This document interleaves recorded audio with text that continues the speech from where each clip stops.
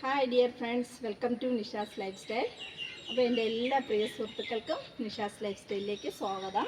അപ്പോൾ ഞാൻ എൻ്റെ കൃഷിയിൽ കുറച്ച് ചേഞ്ച് വരുത്തി. അതാണ് എനിക്ക് വീഡിയോ ഇടാൻ കുറച്ച് ലേറ്റായിപ്പോയി. എല്ലാവരും എന്നോട് ക്ഷമിക്കണം. കാരണം എൻ്റെ പ്രശ്നം കൊണ്ടാണ് ഞാൻ ടെറസിൽ കൃഷി ചെയ്തിരുന്നത്.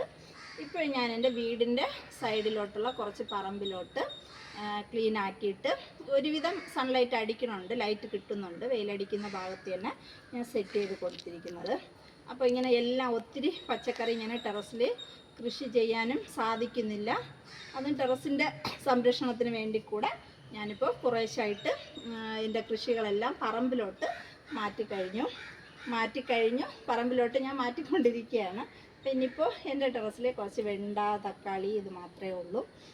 അപ്പോൾ പടവലം, മറ്റുള്ള കൃഷിയൊക്കെ ഞാനിപ്പോൾ ടെറസിൽ നിന്നും പുറത്തേക്കാക്കി, അതായത് പടർത്തി വിടുന്ന പച്ചക്കറികളെല്ലാം പുറത്താണ് കൃഷി ചെയ്യുന്നത്. അപ്പോൾ നമുക്ക് ആ കാഴ്ചയിലോട്ട് പോകാം. അപ്പോൾ ഇതെൻ്റെ വീടിൻ്റെ സൈഡിലോട്ടുള്ള പറമ്പാണ്. ഞാനിപ്പോൾ ഈ ടെറസിലുള്ള കൃഷികളൊക്കെ ഇങ്ങോട്ടാണ് ചേഞ്ച് ചെയ്തിട്ട് വരുന്നത്. ഇപ്പോൾ ഇതെൻ്റെ ഒരു പടവലത്തിൻ്റെ ചെടിയാണ്, കണ്ടോ. ഇന്നത്തെ ജനറേഷനിൽ പിള്ളേർക്ക് ഒത്തിരി ഇഷ്ടമില്ലാത്ത ഒരു പച്ചക്കറി കൂടെയാണ് നമ്മളെ പടവലം, അല്ലേ. ഒട്ടുചിലവർക്ക് ഇഷ്ടമില്ലാത്ത ഒരു പച്ചക്കറിയാണ് നമ്മളെ പടവലം.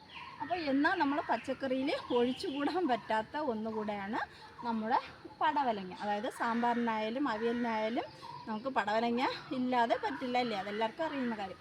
പക്ഷേ അങ്ങനത്തെ ഒരു ചെറിയ 1-2 ഗ്രോ ബാഗിൽ നമ്മൾ ഈ പടവലങ്ങ ഇതുപോലെ നട്ടുപിടിപ്പിച്ച് കഴിഞ്ഞാൽ നമ്മളെ വീട്ടാവശ്യത്തിനുള്ള പടവലങ്ങ നമുക്ക് ഇതുപോലെ തന്നെ പിടിപ്പിച്ചെടുക്കാം. ഇപ്പോൾ കണ്ടോ ഇതുപോലെ നമ്മളെ പടവലങ്ങ കായ്കളൊക്കെ പിടിച്ച് തുടങ്ങുന്നുണ്ട്. ഇത് പടവലത്തെക്കുറിച്ച് പറയുകയാണെങ്കിൽ വലിയ നീളമുള്ള പച്ചക്കറികളാണെങ്കിലും നമ്മുടെ തോട്ടത്തിൽ വളരെ നിസ്സാരമായി പിടിപ്പിച്ചെടുക്കാവുന്ന ഒരു പച്ചക്കറി കൂടെയാണ് നമ്മളെ പടവലം കൃഷി. അതായത് നമ്മൾ അടുക്കള തോട്ടത്തിൽ നമുക്ക് 1-2 പടവലങ്ങ ഇതുപോലെ നല്ല രീതിക്ക് 1-2 ഗ്രോ ബാഗിൽ വച്ച് കൊടുത്താൽ. പ്രധാനമായിട്ട് നമ്മൾ കുറച്ച് കാര്യം പടവലം കൃഷിയിൽ ശ്രദ്ധിക്കേണ്ടതുണ്ട്. അതായത് നല്ല രീതിക്ക് സൺലൈറ്റ് അടിക്കുന്ന ഭാഗത്ത് നമ്മൾ പടവലം സെറ്റ് ചെയ്ത് കൊടുക്കുക. കുറഞ്ഞത് ഒരു 6 മണിക്കൂറെങ്കിലും വെയിലടിക്കുന്ന ഭാഗത്ത് നമ്മൾ പടവലത്തിനെ നട്ടുപിടിപ്പിച്ച് സെറ്റ് ചെയ്ത് കൊടുക്കുക. പിന്നെ ഗ്രോ ബാഗിലാണ് ഞാനിപ്പോൾ ഇതൊരു ക്യാനിലാണ് വെച്ചിരിക്കുന്നത്. ഇതുപോലെ ഗ്രോ ബാഗിലൊക്കെയാണ് നമ്മൾ നട്ടുപിടിപ്പിച്ച് കഴിഞ്ഞാൽ വേറൊരു ഗുണം എന്തെന്ന് വെച്ചാൽ നമുക്കിപ്പോൾ വെയിൽ അടിക്കും തോറും വെയിൽ നമ്മളെ ചെടിക്ക് കിട്ടുന്നതനുസരിച്ച് അതിനേറ്റ് നമുക്ക് മാറ്റി സെറ്റ് ചെയ്യാവുന്ന ഒരു കൃഷി കൂടെയാണ് നമ്മളെ പടവലം കൃഷി. അപ്പോൾ നമുക്ക് അടുത്തതായിട്ട് നമ്മളെ പടവലം കൃഷിയെക്കുറിച്ച് പറയുകയാണെങ്കിൽ നമുക്കിപ്പോൾ എപ്പോഴും ഈ കുറ്റിമുല്ല ചെടി, തക്കാളി ചെടിയെപ്പോലെ ഈ പടവലം ചെടിയുടെ ചുവട്ടിലും നല്ല രീതിക്കുള്ള ഈർപ്പമയം ഉണ്ടായിരിക്കണം.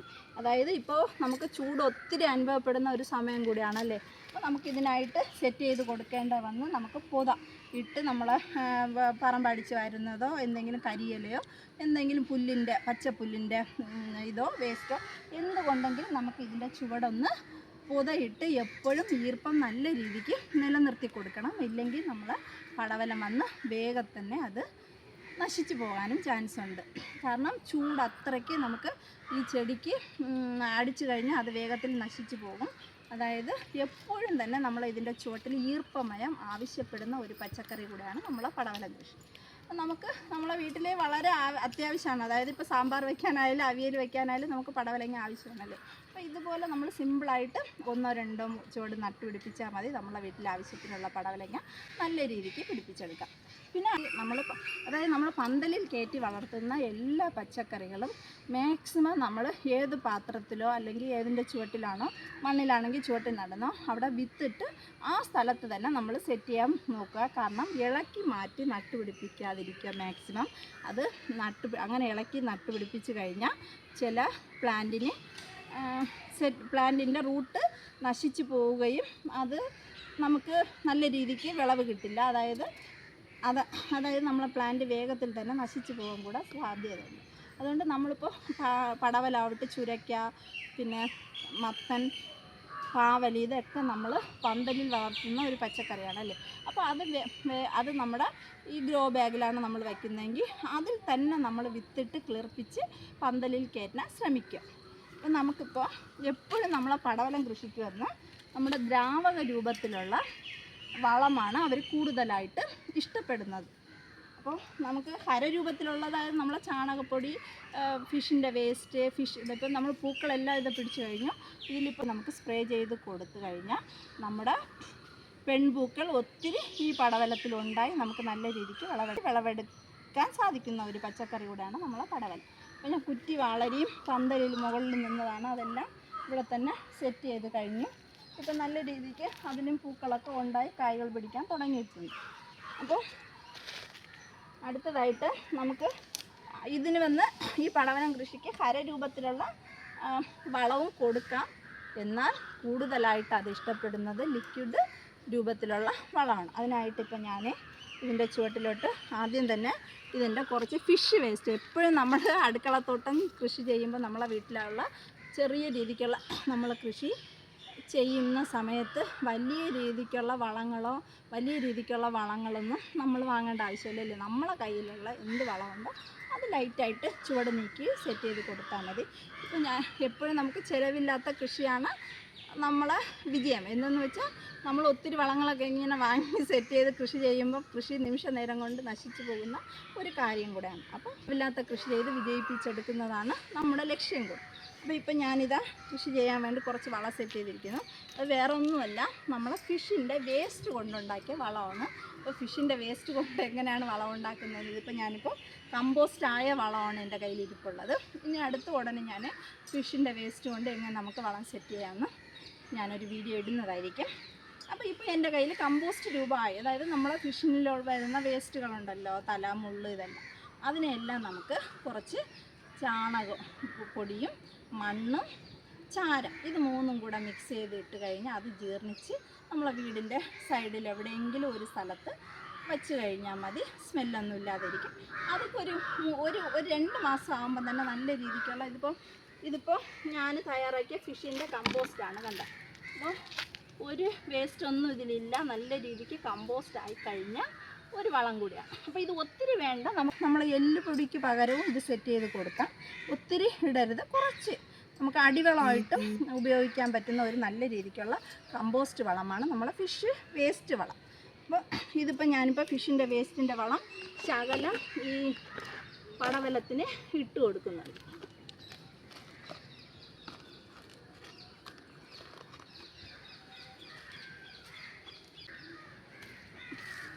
അപ്പോൾ ഇതിൻ്റെ ചുവട് നീക്കി നമുക്കിങ്ങനെ സെറ്റ് ചെയ്ത് കൊടുക്കാം.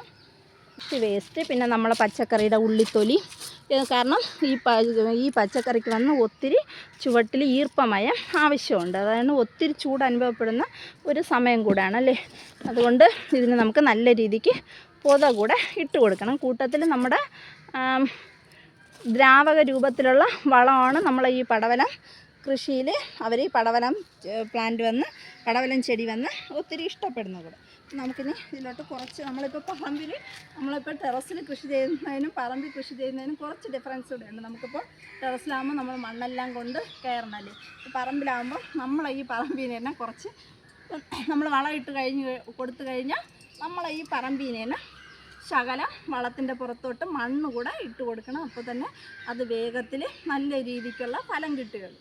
അപ്പോൾ നമുക്ക് കുറച്ച് മണ്ണ് കൂടെ ഇതുപോലെ എടുത്തിട്ട്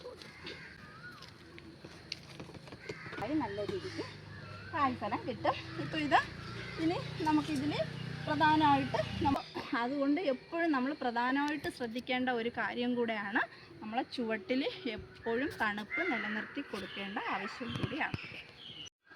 അപ്പോൾ ഞാനിത് തയ്യാറാക്കി വെച്ചിരിക്കുന്ന ജൈവ സ്ലറിയാണ്.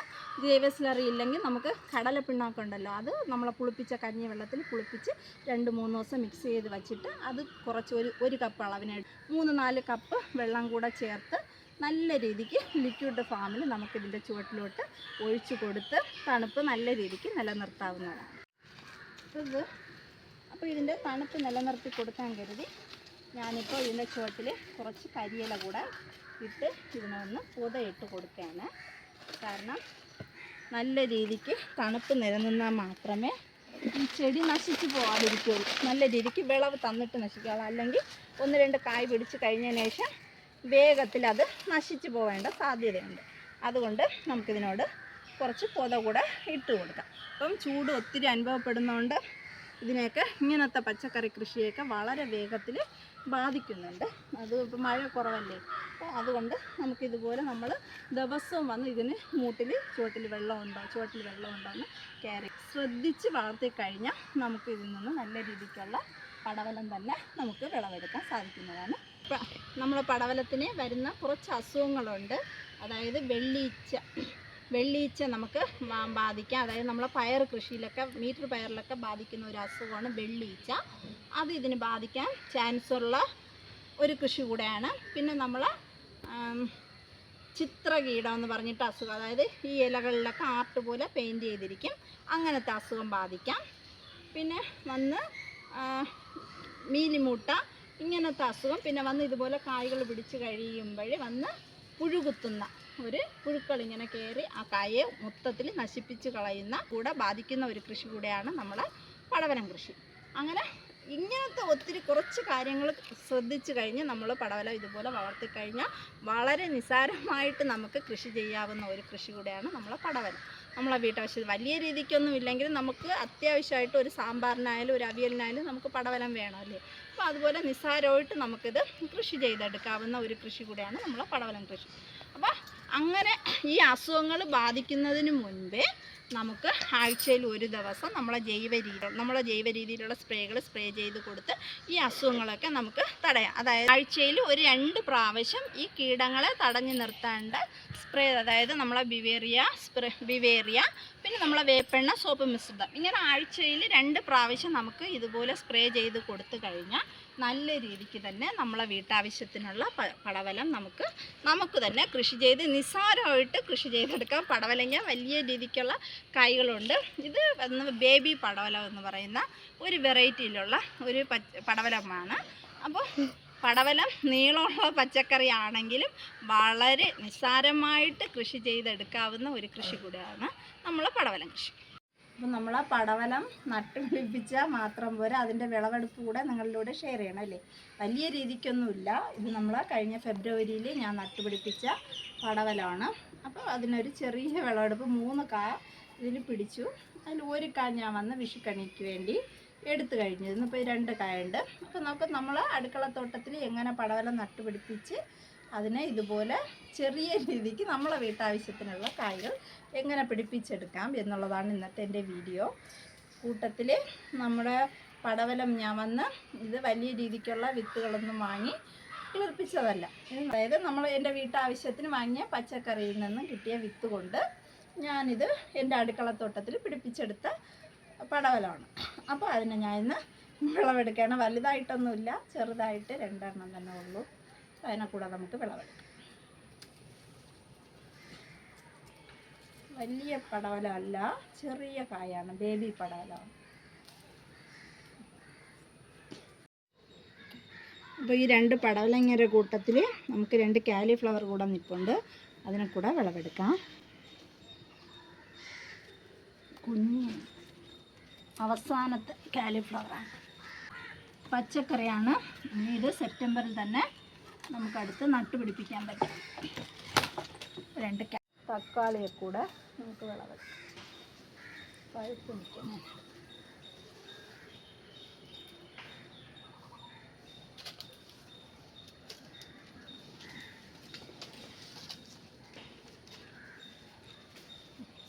വീഡിയോ ഇഷ്ടമായെങ്കിൽ എല്ലാവരും ഒന്ന് ലൈക്ക് ചെയ്ത് സബ്സ്ക്രൈബ് ചെയ്യണേ. Okay, thank you, bye bye. അടുത്ത നല്ലൊരു വീഡിയോ വരുന്നതായിരിക്കും. Bye bye.